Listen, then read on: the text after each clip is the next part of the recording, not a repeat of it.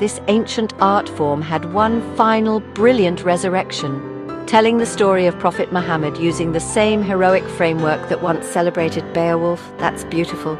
So, what's the problem with the Mevlid Sharif?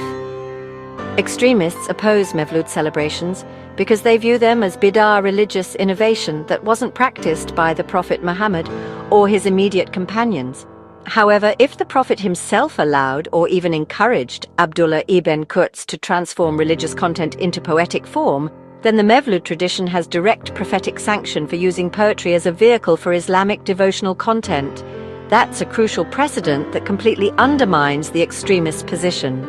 This historical example shows the Prophet recognizing that different forms of expression, including artistic and poetic ones, can serve legitimate religious purposes.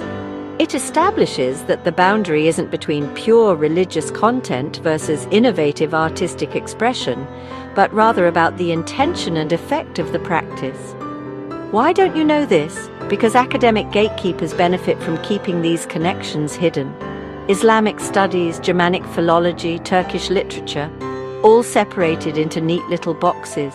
When scholars can't see across these artificial boundaries, they miss the most important story, how epic poetry traveled across cultures and survived for over a millennium.